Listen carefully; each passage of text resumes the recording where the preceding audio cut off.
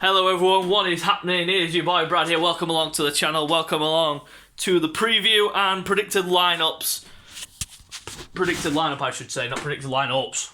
Predicted lineup for Arsenal's Europa League second leg tie against Olympiakos, which is tomorrow night at 5:55 kickoff time in the UK.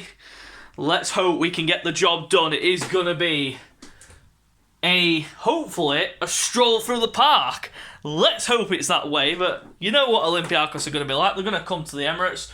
They're going to come out and try and press us like they did last week and try and get a cheap goal like they did last week. But hopefully we've learnt from our mistakes now, and hopefully we don't give them that beneficial and play like we did on Sunday against Spurs. Absolutely dominate the midfield, absolutely dominating the defence, and then score goals and finish them off. Let's hope that is the way it goes, but there's still that thought in the back of your mind thinking until last season when we lost to them. The way we lost to them. It was mad. We thought we'd got through when Aubameyang scored the bicycle kick, but then Olympiakos went up the other end and fucking nicked it, didn't they?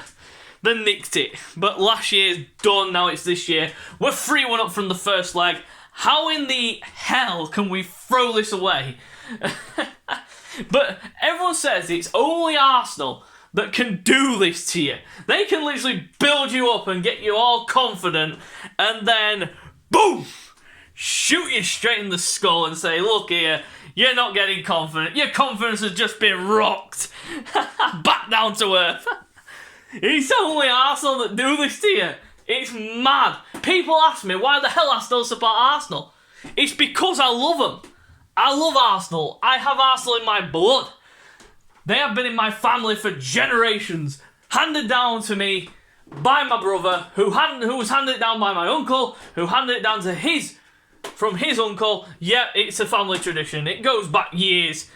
The Arsenal bloodline. It is amazing. But that is the reason why I still love and support Arsenal throughout all the bad times, throughout the Wenger era, throughout the bad times in the Emery era, throughout the bad times during this era, in the Arteta era.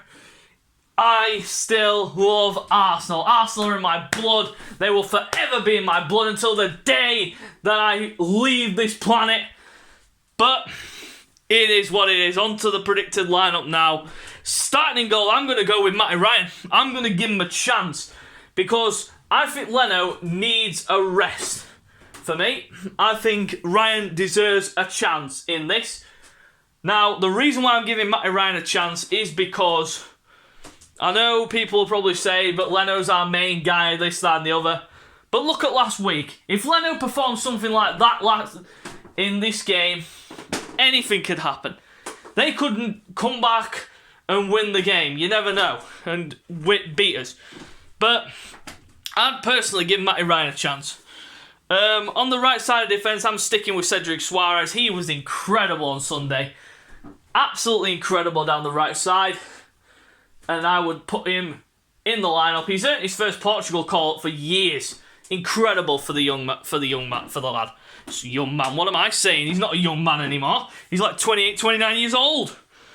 In the centre-back positions, now this is where it gets interesting because I don't want to drop Luiz and Gabriel.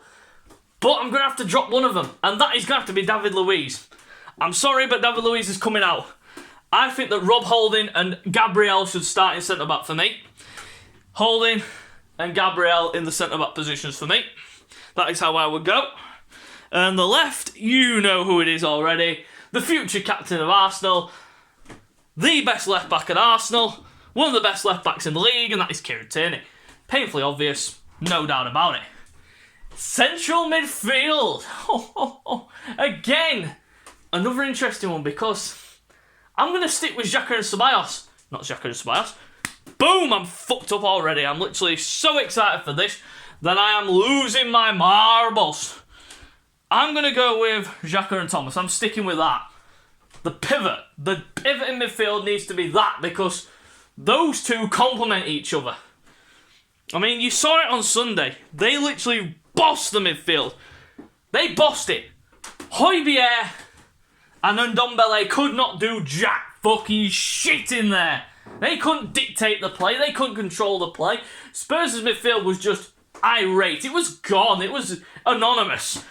Thomas and Xhaka in midfield. On the right, I'm going to go with Nicola Pepe. I'm dropping Saka for this. He needs a rest. You saw it on Sunday. He looked burnt out. He looked absolutely roasted. He has had a season of a lifetime as Saka, and he does deserve a rest now. So I'm going to put Nicola Pepe on the right. Going into the central attacking midfield position, I'm sticking with Martin Odegaard because he scored at the weekend. And also, he has been a driving force in the team ever since he first came in. So I'm sticking with that. On the left, do you go with Smith Rowe? Or do you go with Willian? Or do you go with Martinelli? For me, I think Martinelli deserves a shot. He has not had a game since he's come back from injury. I don't know what's going on. But Mikel says he's got to earn his place, he's got to fight for his place. But the thing is, how can you earn and fight for your place when you're just doing it in training? I know that's the key to getting into the team, but give him some minutes. Let him prove how good he is on the field. Look, behind the scenes is good, and training and such, but when it comes to the actual games, give him a shot. And I think he deserves a shot. He does deserve a shot for me. So I put Martinelli on the left and give Smith Rowe a rest. Same can be said for Willian. I'd bring him on in the second half. And up front, this is going to be where people are going to say, where the hell? What happens with Aubameyang now? I'd put him back in personally. Even though, well, it's a hard one because Lacazette had a really good game on Sunday. Can you really drop him for Aubameyang? Even though Ober is the captain? Arteta came out and said that they've swept it under the bridge. It's all the water under the bridge now. It's done. Whatever happened on Sunday, he was done for disciplinary reasons, which was turning up late. And it's not happened. And it's happened before, so let's just keep it under the carpet. But the thing is, I don't know why Arteta came out before the game and said all this. Why didn't he come out after the game? But it caused a stir. And supposedly Aubameyang left before the team. He didn't even have a warm down. He just left.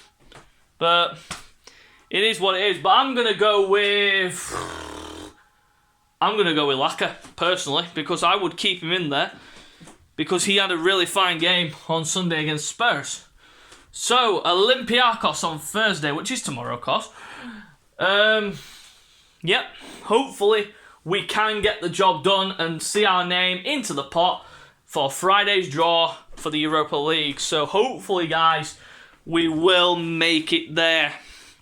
I'm just hoping for a solid performance like on Sunday. Exactly the same kind of performance is required. So guys, you know what to do by now. If you like the video, subscribe to the channel for more content. Until next time, we shall see you later.